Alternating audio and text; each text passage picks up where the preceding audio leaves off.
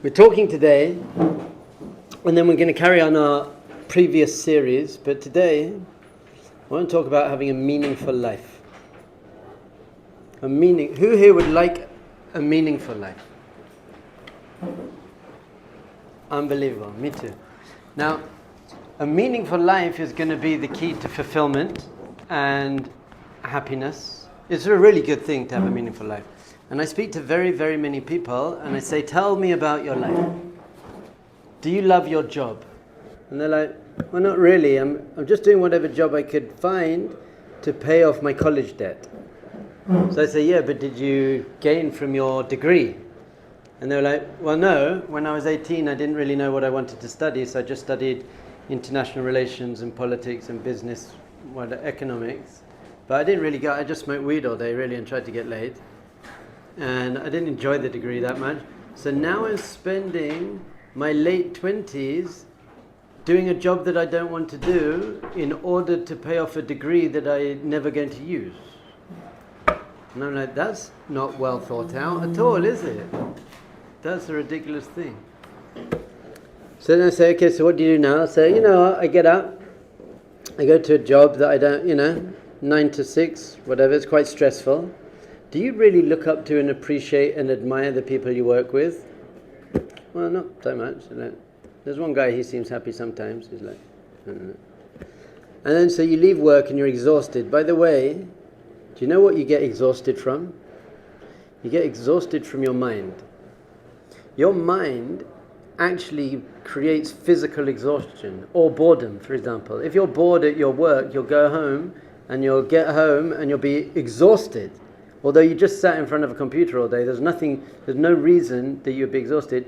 Whereas if you go to the gym and pump, you're getting some big gains, baby. You're not exhausted after going to the gym because you weren't bored there. So boredom actually causes exhaustion. Whereas immense effort, that doesn't cause exhaustion, that causes energy. Ask Goggins. Goggins, man. He could do 4,000 pull-ups in 8 seconds. Now, what's the point? Is that meaningful? Is that a meaningful thing, by the way? Is that actually meaningful? I don't know. So then you're... Wow, I got 2 here. Yeah, in the game here, man. Blue and red. One. Red is dead, baby. Dead hats. Dead. So... I'm getting up at 10 o'clock, I'm smoking some weed because I just cannot face life without, microdosing psilocybin or something. I just can't get out of bed. And I go into a job I don't like, and I come home and then I'm on social media. And I'm on social media at work as well. I mean, what are you doing at work, really? In the bathroom. Apart from what you're doing in the bathroom, you're scrolling some stuff. Is that meaningful? Is social media in general meaningful? And you're like, yeah. I watch Goggins. Goggins is meaningful, man. Don't judge me, Rabbi. So is social media meaningful in general? I don't know. And then you go to the gym, you get a bit ripped. And then, so basically the truth is, everyone wants a meaningful life. Most people have almost no meaning in their life. They're just chasing some kind of superficial, temporary dopamine. I feel good in the moment, it feels good, but they don't have meaning. But having a meaningful life is so important. So what we're going to have to do is we're going to have to define meaningful. What makes something meaningful? It's the very first thing, because if you want to have a meaningful life, you have to define meaning. So this is what we did before. The first session was really success. Who here wants to live a successful life? Everyone. So then we said, well, you have to define success. What does it mean to be successful? And basically we said the definition of success is you achieve the purpose. If you achieved the purpose, you were successful. And if you didn't, you weren't successful. So if you want to have a successful marriage, you have to achieve the purpose of marriage, which is emotional intimacy, love and respect and care. And if you want to have a successful business, you have to achieve the purpose of the business, which is to make money doing the business. If you want to have a successful vacation, you have to achieve whatever the purpose of your vacation was. You have to achieve that. If you want to have a successful operation, you go to the hospital. Was your operation successful? Well, it depends. Did you achieve the purpose of the operation? He's a successful sports person. Well, how do you define that? He achieved the purpose of the sport. So success is defined by achieving the purpose. So if you want to have a successful life, you have to identify, well, what's the purpose of life? Because you can't have a successful life if you don't know the purpose of life. So then we said there's a secular answer and a religious answer to that question. What is the purpose of life? And they go hand in hand. They're not mutually exclusive. The purpose of life is self-actualization, which means becomes the greatest person you can become. But then you have to define that. What does it mean to become the greatest person? Does that mean the richest person? Being rich, that makes you great? No. Being good looking, that makes you great? No. Now, can you be rich and great? Of course you can. But being rich doesn't mean, if you're very, very rich, but you're beating up your wife, you're not a great person. You're a rich wife beater. You're a loser, actually. You're a complete loser. How about being very, very, very good at sport? That makes you a successful person? No. It makes you a successful sports person. So we were talking yesterday when Floyd Money Mayweather met me, and he said to me, where are all the great people around here? And I said to him, what makes a great person? I said, Floyd, you're going to be remembered as a great fighter, but you're going to be remembered as a great man. So how do we find greatness when it comes to your life? What does it mean to be a great person? Because great people live great lives. Very simple. For now, on a basic level, character traits. Are you kind? Are you caring? Are you loving? Do you have peace of mind? Are you playful? Are you friendly? Or are you roasting people? That's basically the lowest level, by the way. It says in the Torah, do not do unto others what you don't want done unto yourself. You don't like being roasted, even if you're a good sport and you can take it. And you're like, yeah, you got me, man. You're out, everyone's there, you're in the bar, the girls are there as well, and someone like roasts you like a good roast. And you're a good sport, so you're like, good one, man. But inside you're like, and you don't even believe in God, but you start praying harder than you ever. Please, God, give me a good comeback roast. I'll put on tefillin for the rest of my life. Just give me a comeback roast. Well, your mama's so fat, oh! And all the girls are like, oh! And you're like, that's the greatest moment of your life. It's sad. It's so sad. So roasting is the lowest possible thing you can do. And happy people with a very strong sense of self, they don't put other people down. They uplift people. I don't want to put people down. I want to make people feel good about themselves, build themselves, become great people. So the basic level of success in life is being a great person. The basic definition of greatness is have good character traits. Let go of your jealousy, doubt, fear, anger, hatred, low self-esteem, vanity, arrogance, ego, guilt, or just get rid of that stuff. It's not serving you. And tap into love, compassion, joy, non-judgmental niceness. And that is going to be the key to happiness. You'll be happier. In fact, the only thing that's really getting in the way of your happiness is your own negative character traits. No, it's not, it's my boss. If you were more patient, you'd deal with your boss. It's all up to you. You have to become a master. A master. You have to become a master, which means don't be such a baby. Don't let the external world upset you so much. Yeah, but my team lost. Okay, shut up. But I'm hungry. I had a whole rant about being hangry. Have you heard of hangry? 3-year-olds get hangry, not 23-year-olds. You crazy? Can you not be hungry and still be a nice person? What's wrong with you? Yeah, baby. Or tired. Is there a certain tired or angry? People get angry. People get annoyed because they're tired. Just be tired, but just be a nice person. So the basic level of greatness is have good character traits, and then we say there's a spiritual answer, which is connection to the infinite consciousness, manifesting your soul in the world, specifically through following Torah and mitzvahs.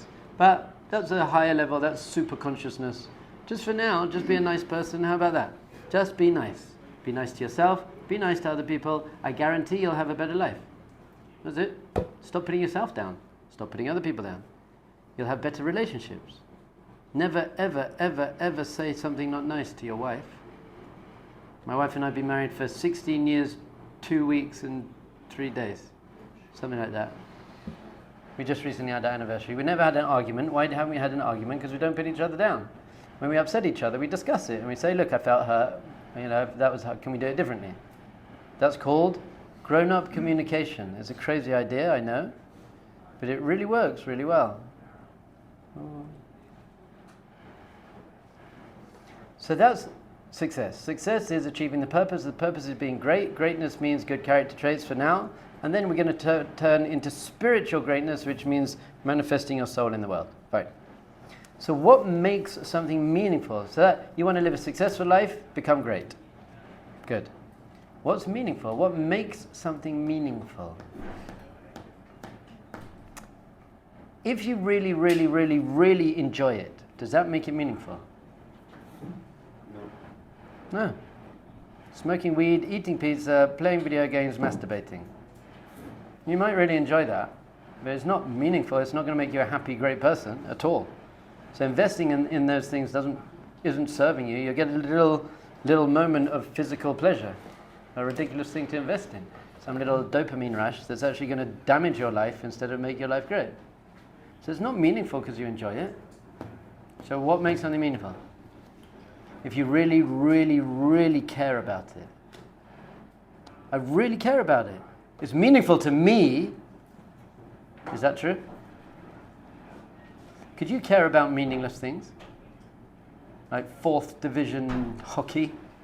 Or winning the card game against your 11-year-old son? I really want to win the game. You can care about immensely meaningless things. In fact, most people do. Most people do. People cry about if people kick the ball in the goal or not. You're going to cry about that? When you're 12, you can cry about that. Now you can watch the game.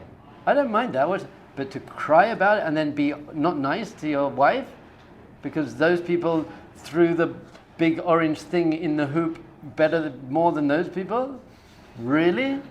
You're going to now not be nice to your wife? You psycho? What's going on? Once again, go and watch the game. Play a bit. I'd rather you played sport than watch sport, by the way. I love sport. But that's going to affect your mood? That they ran faster than them? You're weird. It's very weird. I find that weird. That's not meaningful. So what's meaningful? What makes something meaningful? Pardon? That's an example of something meaningful. I'd like a definition of meaningful. But I like this because we can get a definition from here. Smoking weed, playing video games. Is that meaningful? No. Running an orphanage, is that meaningful? Yes. So we've got two extremes now. So I could give you a whole list of things, meaningful or not, and basically you would all say the right answers. Is this meaningful or is it not? You get it right. So what is it? What's the definition? I'm going to go with a new guy. Well, you were saying that you defined success or what it means to be successful. So something meaningful is something that helps you achieve that. That's it. Something is meaningful if it's taking you towards the purpose. That's the definition of meaningful. Meaning and purpose go hand in hand. If it's taking you towards the purpose, it has meaning. Meaning it's got purpose. If it's not taking you towards your purpose, it's not meaningful. You can do it, you're not a bad person, but it's not meaningful. So if you want to win the gold medal in the Olympic Games, getting wasted with your friends is not meaningful. In fact, it's anti-meaning. It's taking you away from the purpose. But if you want to win the gold medal in the Olympic Games, then training really hard, that's meaningful because it's taking you towards your purpose. If you want to have a good marriage, speaking to women who are not your wife in an emotionally intimate way, and definitely a physical intimate way, that's not meaningful. That's not investing in the marriage. But taking time to communicate with your wife, that's meaningful, and giving her a foot massage and going for a walk in the park together and doing stuff, that's called meaningful. Meaningful means it's getting me to where I want to go. It seems very obvious. So we said in the class yesterday that life's actually very easy. There are 3 steps. Number 1, clarify the goal. What are you trying to achieve? Number 2, identify the steps you need to take in order to reach the goal. Number 3, do those things. Very simple. You want to be happy. That's my goal. Be happy. Define happiness. Happiness, by the way, is not the feeling you get when things go your way. That's your mistake. That's why you're not happy. Because you think happiness is the feeling I get when things go my way, so you try to get everything to go your way, which it can't, and that ruins your happiness. Happiness is a consistent state of upliftment and contentment based on having a positive attitude to life. If you've got a positive attitude, you'll be a happy person, that's it. Nothing to do with the external world. So now I've identified happiness. I got to work out, well, what do I need to do in order to become happy? I need to let go of my jealousy, doubt, fear, anxiety, hatred, and I need to tap into purpose, meaning, good character traits, helping other people, developing a positive attitude. But then you actually have to do those, because there are many people who know what the goal is, kind of know how to get there, but then they're walking in the opposite direction. Walking in the opposite direction. Isn't that an amazing thing? So this is our example we often use in this class. How often do you say to yourself, I really should do X, but you don't? I should get up earlier. I should drink less coffee. I should work on my character traits. I should watch more TED Talks and less porn. But then you don't. So that's not meaningful. You're not taking the step. You know what the step is. You know what you need to do, but you're just not doing it. Why? Because the other one's easier. And the other way around. How often do you say, I really shouldn't do this? I really shouldn't eat this. And then you eat it. I shouldn't say this, and then you say it. I shouldn't do this, and then you do it. I shouldn't watch this, and then you watch it. So you're doing things all the time that you know you shouldn't do. How can you have self-respect, and how are you going to get to where you need to go? So all you need to do is, if you shouldn't do it, don't do it. And if you should do it, do it. He's in the game. Goggins. Yes. Just speaking about David Goggins for a quick second. Is it meaningful? Are you living a meaningful life if you're a gold medalist, like gold? It depends. If he's a gold medalist, but he's completely arrogant and horrible and abusing women with his fame and money, then he's failed in his life. He was a successful sports person and a complete failure in life. I don't know. Does he beat his wife? I don't know. I'm just saying. Okay. So I don't know. If his purpose in life is I want to be the best, I want to do the most pull-ups. No, but I'm saying there's not a his purpose. There is the purpose of life is self-actualization. Self-actualization is based on character traits. Are his character traits not good? I don't know. That's what I'm saying. So I can't judge David Goggins. I'm saying I can't judge David Goggins. Okay. But all I know, if he can do 5 million pull-ups in 3 seconds, but he's beating up his wife, he failed life. Okay. He was just very good at doing pull-ups. In fact, he wasted his whole life. He didn't achieve anything. Well done, you're an animal. Is he an emotionally balanced human being? Is he even happy? I don't know. But I'm just saying, if he's not a happy person, the fact that he could do that many pull-ups is meaningless. But if he takes his fame and money from being able to do pull-ups and sets up inner city schools for kids whose parents are alcoholics and in prison, then his pull-ups actually become meaningful because he's using them to make a difference in the world. I guess what I'm asking is if your purpose is purely like Everyone? physical, you're working on your body. No, that's not your purpose. That's not your purpose. Everyone has the same purpose in life. Become a great human being, and there's one definition of that, for now, character traits. That's it. So you can say, well, my purpose in life is actually to beat up old women and steal their money and buy cocaine and snort the cocaine and sleep with as many people as I can. And you're 90 years old, and you beat up 1 million old women, and you snorted loads of cocaine, and you slept with loads of people, you are a loser. You failed. You failed in life, because the definition of success is not reaching my goals, because my goals might be wrong. My goal in life is to kick as many kittens in the face as I can and cut off their legs.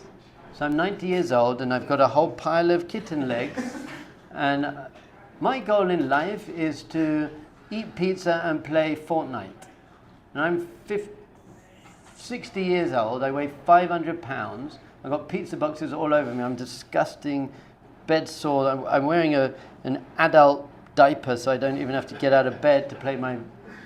Well, I achieved my goal, you're a loser, you got the wrong goal, my friend. Well, not your goal in life. I don't think even winning the gold medal in the Olympic Games is a meaningful goal. So what? You ran very fast. But, okay, so I'm the best. Hitler was the best at killing Jews, Mazel tov.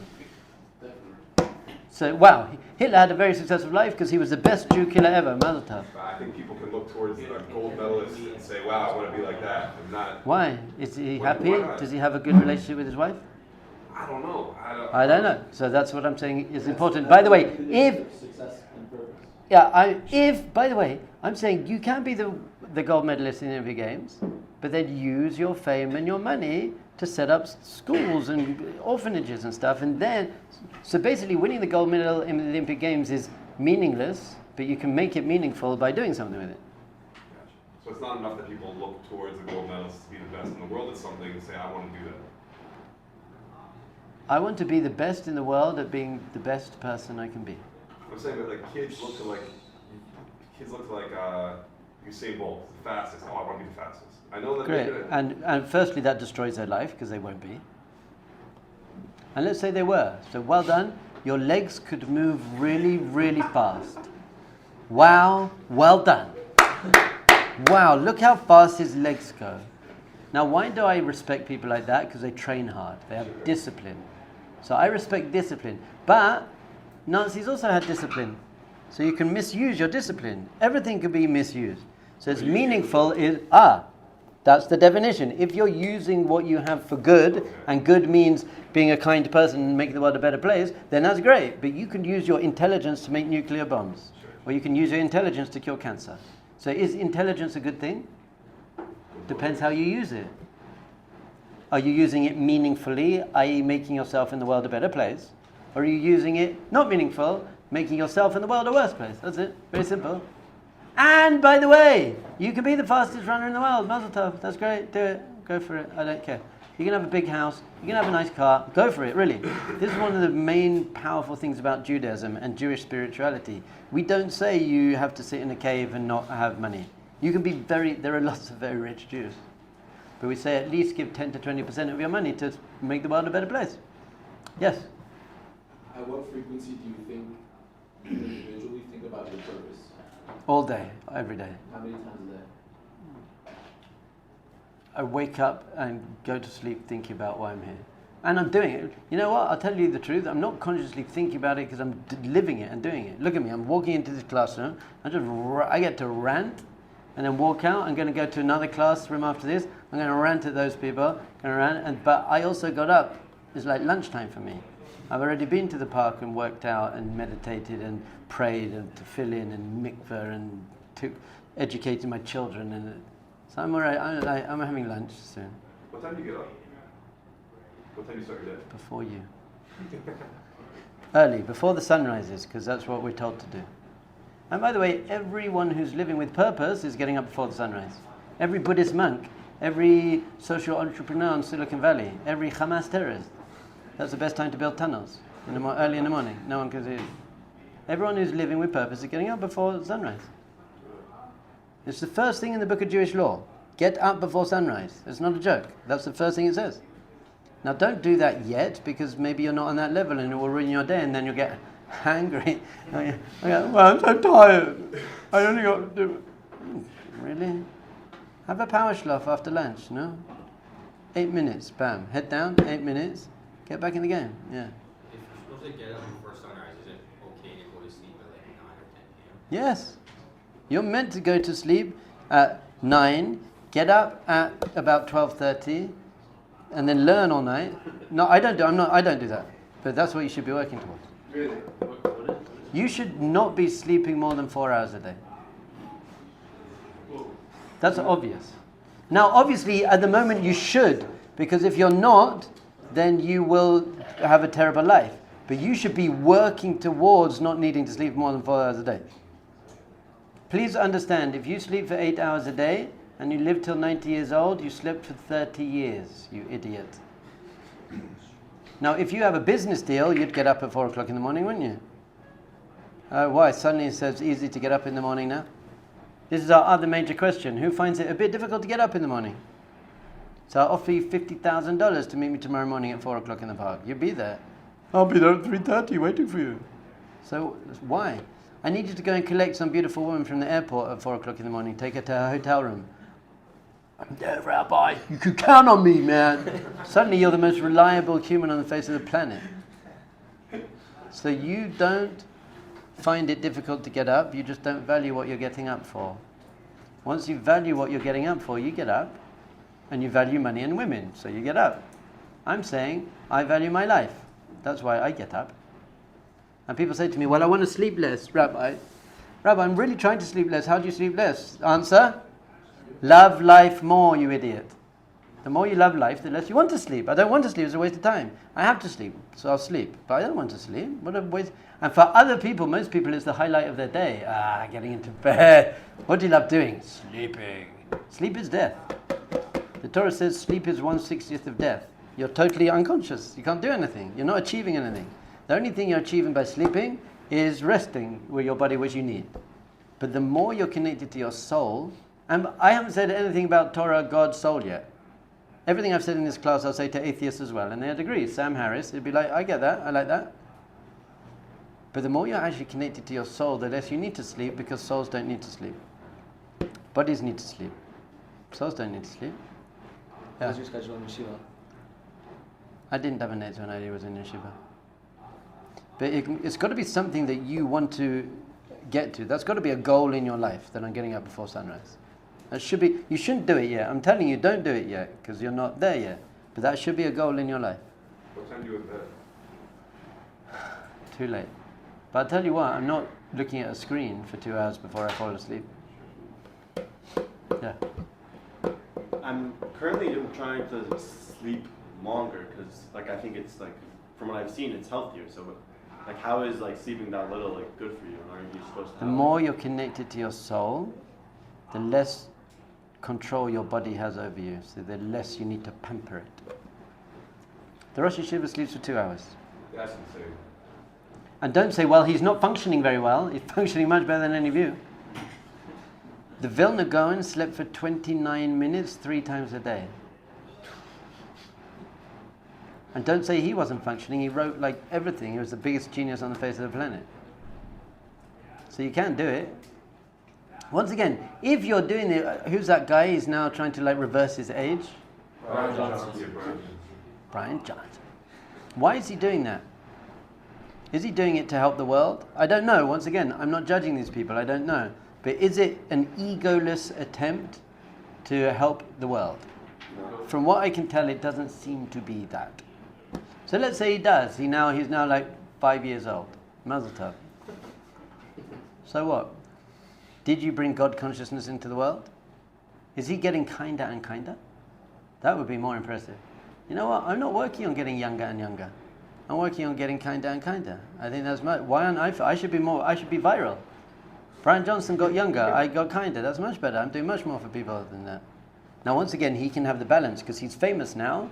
He can start spreading consciousness and health and love. So if he's using his fame not to build his ego but to build the world and people around him, then that's amazing. That makes everything he's doing meaningful.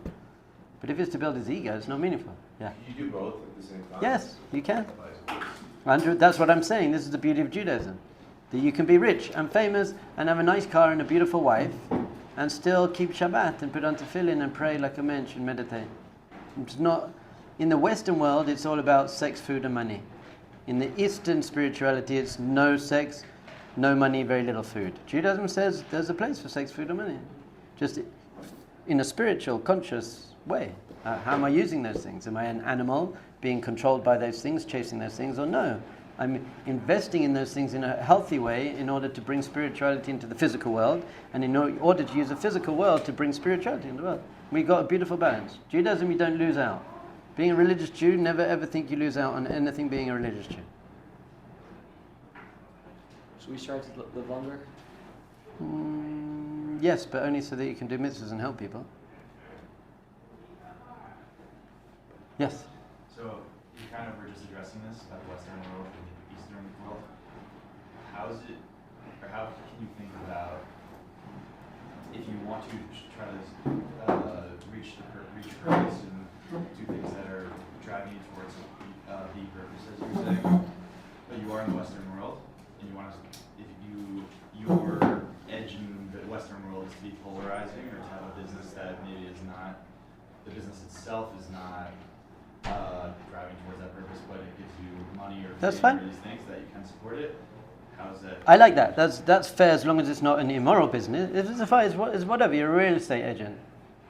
But are you a kind real estate agent? Are you an honest real estate agent? Are you treating your customers and your staff in a nice way? Are you then using your money to make the world a better, that's fine. But if it's taking up too much of your consciousness and attention and you're getting stressed out through it, at that point it's not worth it. So it's really, you have to find that balance. We very, very much say that you can and should live in the world. Have a job. Go and watch basketball. But just don't make that your life. Say, I'm going to watch a game once in a while, have a beer, be a normal human being, just be normal. But I'm not going to follow all the points and that, and I care about it. I just don't care about it, but I enjoy watching it once in a while. Yeah. How does both a Jew and a non-Jew get to the point where they're more connected to their soul so that they only have to see? The main answer to that is breath. Breathing through your nose in general. Breathing through your deep breathing through your mouth to let go of trauma and past stuff.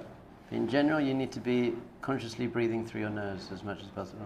Just because it brings you into the present moment and it connects you to your soul. The word for breath in Hebrew, neshima, is the same as soul, neshama.